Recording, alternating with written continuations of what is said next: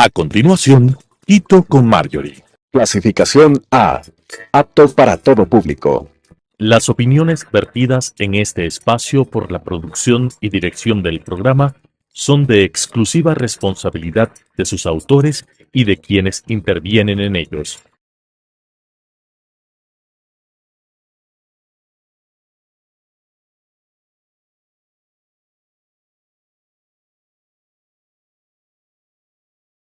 Quito con Marjorie. Hoy tenemos el placer de conversar con Rigoberto Carvalho, un destacado especialista en desarrollo empresarial y portuario, banca y finanzas, innovación, promoción de inversiones, administración pública y asuntos corporativos, así como alianzas público-privadas y desarrollo sostenible. Con una trayectoria que abarca tanto el sector privado como el público, Rigoberto ha sido un actor clave en la promoción de inversiones y el impulso de proyectos estratégicos en nuestro país. En un contexto en el que el país se enfrenta a desafíos significativos para atraer inversiones, es más importante que nunca poder escuchar sus buenos criterios. Muchas gracias, Rigoberto, por acompañarnos. Muchísimas gracias, estimada Marjorie, y un cordial saludo a la audiencia que nos escucha el día de hoy. Encantado para conversar un poco el clima de inversiones y qué es lo que nos depara en el Ecuador en esa materia. Así es, y justo quería comenzar conversando sobre el contexto económico y también, ¿por qué no normativo? Porque tenemos cifras del Banco Mundial en donde sabemos que ocupamos el puesto 129 en el índice de facilidad para hacer negocios. Y entonces, ¿qué medidas consideras necesarias para que podamos mejorar esta posición que tenemos y poder atraer más inversiones? Bueno, yo siempre te digo que cuando hacemos una evaluación de algún tema tenemos que regresar a ver qué ha pasado, ¿no? Y si hablamos de materia de inversión, y voy a enfocarme ahora en inversión extranjera directa, regresando a ver los últimos 24 años, revisas cuál ha sido la volatilidad de la inversión extranjera directa en el Ecuador y es increíble. Tienes unos picos quizás en el año 2000, 2005, 2010, después 2015, 2017, precisamente por la explotación petrolera y la explotación minera, ¿no? Pero de ahí en adelante el promedio en los últimos 25 años estamos por el orden más o menos de 700 millones de dólares al año en inversión extranjera directa, y si nos comparamos con otros países de la región, estamos muy por detrás. Si tú miras según el Banco Mundial, la inversión extranjera directa en Brasil en el 2020 fue aproximadamente de 70 billones de dólares. Wow. Le sigue, creo, México, más o menos 40 billones de dólares. Y el más cercano a nosotros es el Perú. En el año 2011 captó inversión extranjera directa por más o menos 10 billones de dólares. Esto es casi 11 veces más de lo que captó el Ecuador en el mismo periodo. Entonces, esto nos lleva a la pregunta, bueno, ¿qué está pasando? ¿Cuáles son las condiciones de atracción de inversión en el país? ¿Cuál es el marco normativo que rige? ¿Cuáles son los incentivos? Y definitivamente no podemos pensar de que es cuestión de soplar botellas y ya la atracción de inversiones va a llegar. Les estoy explicando precisamente que hace 25 años la atracción de inversión extranjera directa ha sido muy volátil. Entonces, a mi criterio, yo pienso que la clave es, primero, enfocarnos en los marcos normativos que hoy por hoy se han venido desarrollando. Ejemplo, ley de zonas francas, el mismo Código Orgánico de la Producción, tiene algunos incentivos interesantes, el Código Ingenios, ¿no? Que le apunta al desarrollo de la ciencia, la tecnología y la innovación. Marcos normativos los hay. Yo creo que la parte política y la parte de estabilidad, la seguridad jurídica es importante. Mira que somos un país dolarizado y eso nos pone como una ventaja al frente de los otros países para la atracción de inversiones. Pero eso no ha sido suficiente. No ha sido suficiente. Pienso yo que sí, él juega un rol importante en la estabilidad política, juega un rol las condiciones macroeconómicas. Tuvimos una pandemia, es verdad, pero otros países ya han empezado a salir adelante. Nosotros, ¿cuál fue el punto más bajo de inversión extranjera directa en los últimos 15 años? Fue en el 2023 para el Ecuador. Más o menos 300 millones de dólares, es poquísimo en el año 2023. Y el panorama para 2024 no parece pinta muy bueno, ¿no? Tenemos una inflación proyectada al 2.5% para este año. Entonces, ¿cómo podemos utilizar el entorno económico relativamente estable, por así decirlo, para mejorar el atractivo de las inversiones? Bueno, yo creo que el sector privado y los actores del ecosistema juegan un rol importante. No pensar que solamente se lo tienen que dejar todo al sector público, al gobierno. Sí, es cierto que el Estado juega un rol importante para la seguridad jurídica, y eso es algo fundamental que debe cuidarse.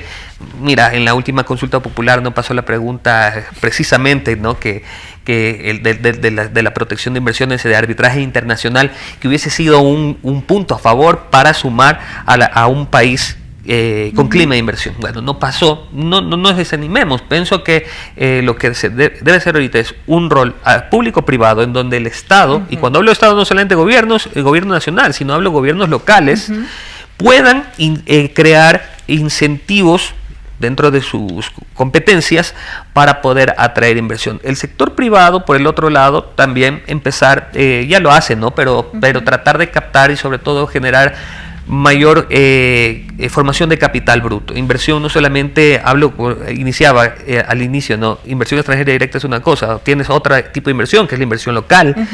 Formación de capital bruto, que es bien precisamente la inversión en infraestructura productiva, en tecnología, en desarrollo y eso del sector privado. Quisiera que también hablemos luego, aprovechando tu experiencia, sobre infraestructura portuaria. Pero tocaste el tema de alianzas público-privadas y sabemos que en Ecuador estas inversiones representaron 1.2, bueno, 1.200 millones sería en el año 2022, que es hasta donde tenemos un registro oficial, ¿verdad? Pero necesitamos aún más. ¿Qué sectores prioritarios deberíamos enfocar el trabajo para aumentar esta cifra y lograr traer capital privado? Bueno, hay muchísimo debate del tipo de infraestructura y de inversión que requiere los países para impulsar su desarrollo. Una de esas principalmente es la infraestructura productiva, es decir, infraestructura estratégica, puertos, aeropuertos, carreteras, vialidad, conectividad, importante. Eso, el sector privado tiene un rol fundamental, pero no puede dejar de lado el otro tipo de infraestructura, que es la infraestructura social, y eso es fundamental: escuelas, parques, hospitales y demás, ¿no? Quizás el Estado tiene un rol más importante de coordinación y atracción de inversión en esos sectores, porque generan rentabilidad social sin duda. Dicen que tenemos un déficit de infraestructura en 30.000 millones. ¿Cómo pueden las alianzas público-privadas cerrar esta brecha y lograr mejorar la competitividad del país?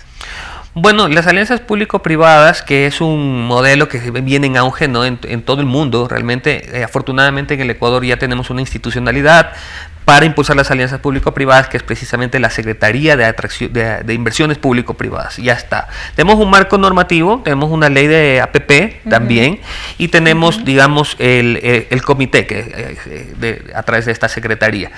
¿Qué es lo que falta? Pienso yo, proyectos serios, ¿no? Proyectos serios que deban ejecutarse, ¿no? Muchas veces nos desgastamos queriendo inventarnos el agua tibia y las soluciones son sencillas, ¿no? El capital fluye cuando ven que los proyectos tienen rentabilidad. A pensar de que el proyecto de por sí es rentable, no. Deben demostrar una factibilidad en el mediano y largo plazo, una rentabilidad, porque los capitales vienen donde están los retornos financieros. Y ojo, el riesgo es importante. Pensemos también el riesgo. Es un trade-off entre riesgo y rendimiento, ¿no? A mayor riesgo, yo como inversionista exijo mayor rendimiento. Claro. Si quiero venir al Ecuador, tengo un riesgo político, tengo riesgos económicos, pero a lo mejor el proyecto APP, en donde se pueden incluir los capitales, compensan ese riesgo. Claro, tiene un rendimiento suficiente para compensarlo. Totalmente. Claro que sí. Y uno de los temas que tú conoces perfectamente es el tema portuario. Por eso me gustaría que hablemos unos minutos sobre la infraestructura y el desarrollo portuario. Ecuador necesita una inversión aproximada de 3.500 millones de infraestructura portuaria. Está proyectado este valor para los próximos 5 años. Pero, ¿qué estrategias debemos implementar para atraer capital en este sector? Bueno, el sector portuario es un sector muy dinámico, específicamente en el Ecuador. Lo pensamos con el Sistema Nacional Portuario, donde tienes cuatro autoridades portuarias, ¿no? Tienes en Esmeraldas, tienes en Manabí, en Manta, tienes en Guayaquil y tienes en la provincia de Loro, en Puerto Bolívar.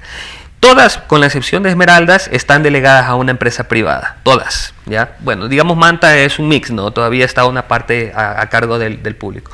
Y resulta que a partir de estas delegaciones público-privadas de nuestros puertos, ha habido un incremento sustancial en la inversión en infraestructura en nuestros pueblos. Faltan todavía, pero no digamos, las inversiones en infraestructura tienen que darse en la medida en que se va incrementando la demanda de los servicios. Es decir, caso contrario vas a tener elefantes blancos, ¿no? En el caso puntual de Manta, que te puedo comentar, yo fui gerente de autoridad portuaria de Manta hace apenas un año atrás. Ah, maravilloso. Sí. Tenemos además un 80% del comercio exterior ecuatoriano que pasa por los puertos. Pasa por los puertos, los puertos se especializan, hay que decir las cosas también como son. Guayaquil concentra casi el 80% de la movilización de la carga, lo cual yo no digo que es malo, porque al final del día los puertos están y la carga está donde está el mercado. Guayaquil tiene un tamaño casi digamos, del 40% del PIB. ¿Ya? Entonces, ahí está el mercado. ¿Qué necesitan hacer los otros puertos? Y cuando pensamos en inversiones, invertir en infraestructuras complementarias al hinterland, que es el área de influencia del sistema portuario nacional. Qué interesante, ¿verdad? Pero es todo sistémico. Hablamos de infraestructura, tenemos que hablar de tejido social, tenemos que hablar de capital humano, etcétera. Pero ¿qué más podemos hacer para esta promoción de inversiones? En el Ecuador pues ha sido bastante baja, ya lo hemos dicho. ¿Qué más podemos hacer a nivel ya no institucional, sino a nivel ciudadano, digamos? ¿Cómo emprendemos, cómo queremos ser parte de este crecimiento en la inversión? Es muy buena pregunta, Marjorie. También les quiero comentar a quienes nos escuchan. Como lo mencioné, las iniciativas no podemos siempre depositarlas en la esperanza del público, ¿no? El sector privado es importante, pienso yo. Mira, les voy a contar el ejemplo de lo que hacemos en Manaví. Conformamos una corporación sin fines de lucro para la atracción de inversiones y el desarrollo productivo denominada Manaví Development and Investment Corporation, MDI Corp. Con empresarios de la localidad, también con experiencia en el ámbito público-privado, y dijimos un día, nos sentamos y conformamos esta corporación para precisamente impulsar proyectos de infraestructura, a pesar de que nosotros no somos inversionistas, sino queremos crear las condiciones y el seguimiento de esos proyectos estratégicos que requiere Manaví. Ese tipo de iniciativas como MDI Corp podrían fácilmente ser replicadas a nivel nacional a través, diles tú, de las cámaras empresariales, cámaras de comercio, los mismos gobiernos seccionales. Lo que siempre yo digo es, hay que crear un ecosistema, y el ecosistema productivo no puede estar desarticulado, el público por aquí, el sector privado por allá y la academia por otro lado. Es una suerte de un ecosistema triangular, donde todos tenemos que trabajar en el mismo sentido. Esto está pasando en Manaví. Estamos ya impulsando algunos proyectos importantes como un hub logístico para que sea el punto de conexión entre el Ecuador a través del puerto de Manta y el Asia. Con este hub logístico lo que pretendemos es buscar e incrementar los volúmenes de carga, de importación y de exportación desde ya el puerto de Manta para toda la región Pacífico. Por supuesto, esto requiere una inversión millonaria, pero lo que es un horizonte pensado en mediano y largo plazo. Inversionistas podrían estar debidamente justificada la demanda, no, ojo, aquí es importante la capacidad que tengamos las organizaciones y las instituciones de recabar información, de procesarla y de mostrar un producto o un proyecto rentable, tanto en el ámbito económico como social. Y el Ecuador ocupa el puesto 92 en el índice de percepción de la corrupción y transparencia internacional, ¿verdad? Tú dijiste, bueno, hay varios temas que nos afectan. Está el tema político, digamos, la inestabilidad, el tema de seguridad. Cuando hablamos de seguridad no solo hablamos de seguridad física, hablamos de seguridad jurídica.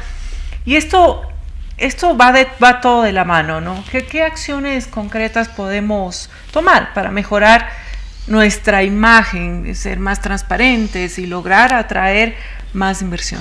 Bueno, definitivamente hay factores que puedes controlar y otros factores que no se pueden controlar. ¿Cómo cuáles? Los factores que puedes controlar, por ejemplo, desde la parte privada para atraer la inversión son motivarle el diálogo con los sectores productivos, motivar el incremento de la producción, aprovechar los incentivos que existen en el Ecuador para generar más producción y mayor inversión. Eso es cosas que se pueden hacer.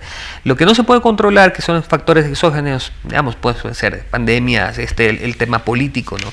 Inclusive este tipo de riesgos exógenos son importantes que se pongan sobre la mesa para que quizás desde una veeduría ciudadana o desde un órgano no partidista pueda estar en el medio, de tal manera que no afecte el clima de inversión con las inestabilidades políticas o sociales que a veces se enfrenta en nuestro Ecuador y que ha sido el karma de las décadas. Como te comentaba al principio, los picos de inversión extranjera directa en el Ecuador han sido 3. 2005, renegociaciones de contratos petroleros o reinversión de utilidades, un clima de inversión donde específicamente un sector estratégico invirtió más de $1.000 millones en el país. 2015-2018, producción, explotación minera, los proyectos mineros al sur del país. ¿Qué debemos pensar? No pensar, atarnos y decir que solamente debemos invertir en esos sectores estratégicos. Es importante empezar a pensar en nuevos tipos de sectores en donde el Ecuador sea atractivo para la inversión. ¿Hacia dónde va el mundo en términos de atracción de inversiones? Industria 4.0, en industria de la ciencia, de la tecnología y la innovación, inteligencia artificial y todo eso. Estamos lejos todavía, ¿no? Pero debemos empezar a crear ese ecosistema, generar economías de escala, generar mayor empleo y por supuesto brindarle al inversionista la seguridad de que el Ecuador es un país atractivo para la inversión. Los televidentes nos escuchan y dicen, bueno, sí, todos queremos trabajar, queremos invertir, pero hay otro de los temas que preocupa mucho a la ciudadanía y es el acceso al crédito. Y es muy interesante, quisiera aprovechar que nos acompañas porque sabemos que en tu perfil también has trabajado y conoces perfectamente el tema de la banca y las finanzas. Y es que en Ecuador solo el 36% de los adultos tiene acceso a servicios financieros formales, y esto pues son datos oficiales del Global Findex. Entonces, ¿qué estrategias financieras también podríamos incluir en toda esta estrategia nacional que nos logre expandir el acceso al crédito y así pues tener más inversión extranjera? Porque pues si no hay demanda también no es rentable, ¿no? Por supuesto, el capital debe fluir a los sectores productivos para que haya un círculo virtuoso en donde se genera, inyectas capital, se genera mayor producción, se genera mayor empleo. El tema del crédito es súper importante. El crédito es una variable que siempre está atada al riesgo, generalmente el riesgo de macroeconómico, ¿no? O de los sectores, ¿no? Inclusive al microeconómico. Cuando uno va al banco a pedir un crédito, lo primero que le revisan es su buró de crédito, su historia crediticia. Lo mismo pasa a nivel macro.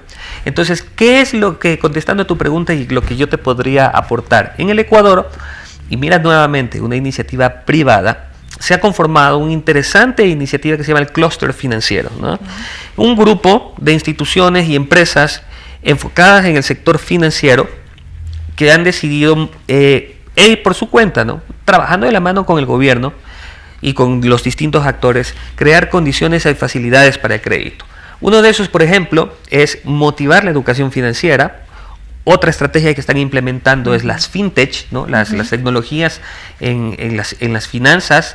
Están implementando la inclusión financiera precisamente para que los personas o los segmentos que no tienen acceso a los servicios financieros y bancarios puedan acceder a esto. Entonces ya se están dando los primeros pasos. La inclusión financiera es número 1. Número 2, tasas de crédito o de interés más asequibles. Las tasas de crédito están atadas directamente al costo financiero de las operaciones bancarias, y en el Ecuador ese costo financiero, hay que decirlo, es alto. Tenemos un segmento financiero constituido por bancos, mutualistas, cooperativas, pero mira, tú tienes otro segmento muy interesante que es el mercado de valores, la bolsa de valores, que a mi criterio es un instrumento poderosísimo para canalizar capital. Pero no lo hemos utilizado lo suficiente, ¿verdad? Sigue siendo incipiente en nuestro país. Sigue siendo incipiente. 95% aproximadamente de lo que se transa en mercado de valores es renta fija, es decir, obligaciones. El tema del mercado accionario todavía no ha despuntado. Y si tú me preguntas por qué no ha pasado o no ha despuntado, creo que todavía es un mercado que está germinando. En los últimos años ha empezado a evolucionar mucho, sobre todo con la aparición de nuevas casas de valores que están invirtiendo justamente en fintech, por ejemplo. ¿Ya? Los emisores generalmente son empresas grandes que ya tienen historial de crédito probado. Acordémonos que es un mercado, no le quiero decir selecto, pero es un mercado que cuida mucho el riesgo reputacional. Entonces, todavía no es un mercado de valores, no atiende precisamente hoy por hoy al mercado PYME, a pesar de que hay sectores o instrumentos de financiamiento específicamente para ese sector, pero creo que la pelota está en la cancha de los empresarios pymes, es decir, tener finanzas saludables, ordenar sus contabilidad y una vez que tengan un periodo de 2-3 años con indicadores financieros saludables, poder ya salir a la cancha y captar financiamiento a través del mercado de valores con tasas de interés y costos financieros mucho más bajos.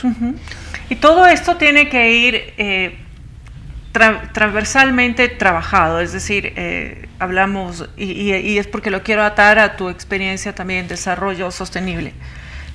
No tiene que ser excluyente, ¿no? Porque a veces sentimos que por tratar de sobrellevar alguna circunstancia difícil, nos enfocamos en ello y le quitamos pues atención a otras áreas también prioritarias de nuestro país.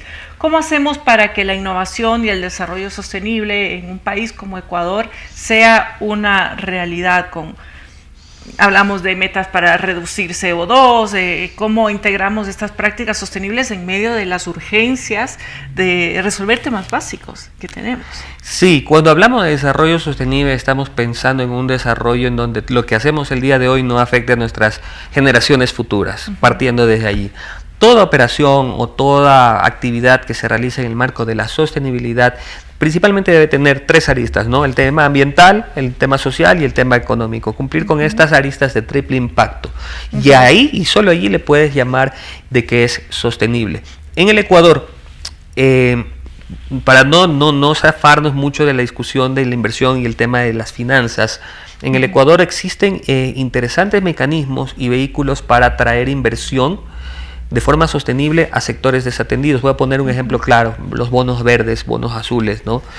Instituciones financieras que deciden emitir bonos para poder financiar sectores o proyectos que atienden necesidades sociales específicas, cuidado del mar, cuidado del medio ambiente, igualdad de género y ese tipo de temas que están sobre la mesa hoy por hoy y que tienen que ser atendidas a través de capital privado.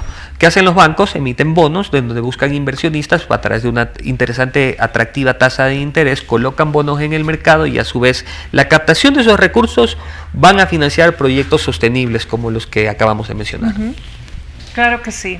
Roberto, estamos con el tiempo. Me gustaría que nos dejes, quizá hay algo importante que se nos quedó por fuera de la conversación. Por supuesto, muchas cosas que están pendientes aún de profundizar y de alguna vez te vuelvo a invitar a este espacio, pero me gustaría que nos dejes con un mensaje final respecto a estos desafíos que tenemos en nuestro país para atraer inversiones y cómo todos desde nuestros espacios podemos ser parte de este desarrollo.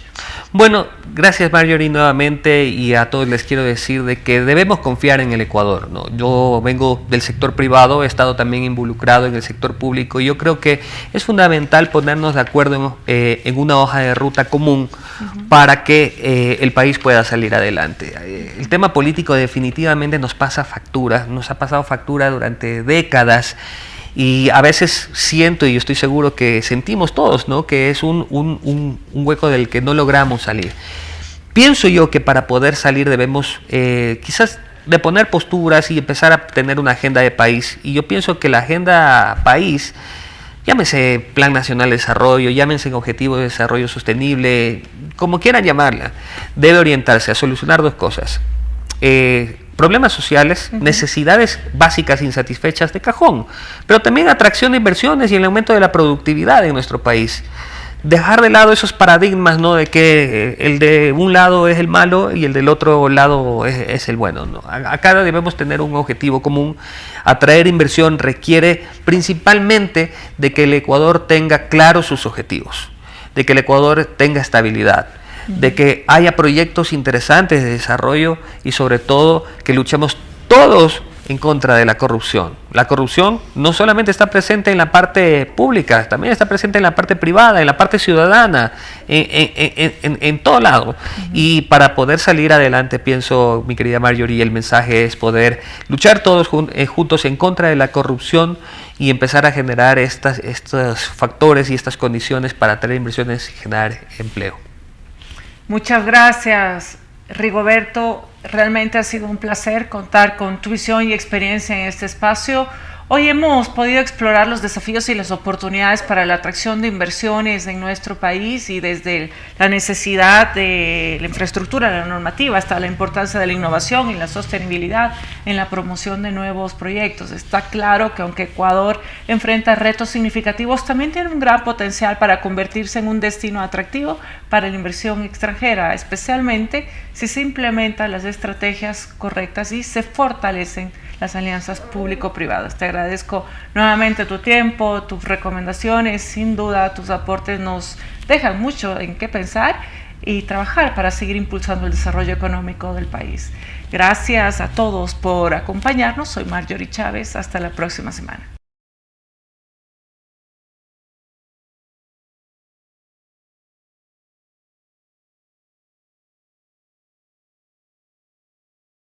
Quito con Marjorie. Las opiniones vertidas en este espacio por la producción y dirección del programa son de exclusiva responsabilidad de sus autores y de quienes intervienen en ellos.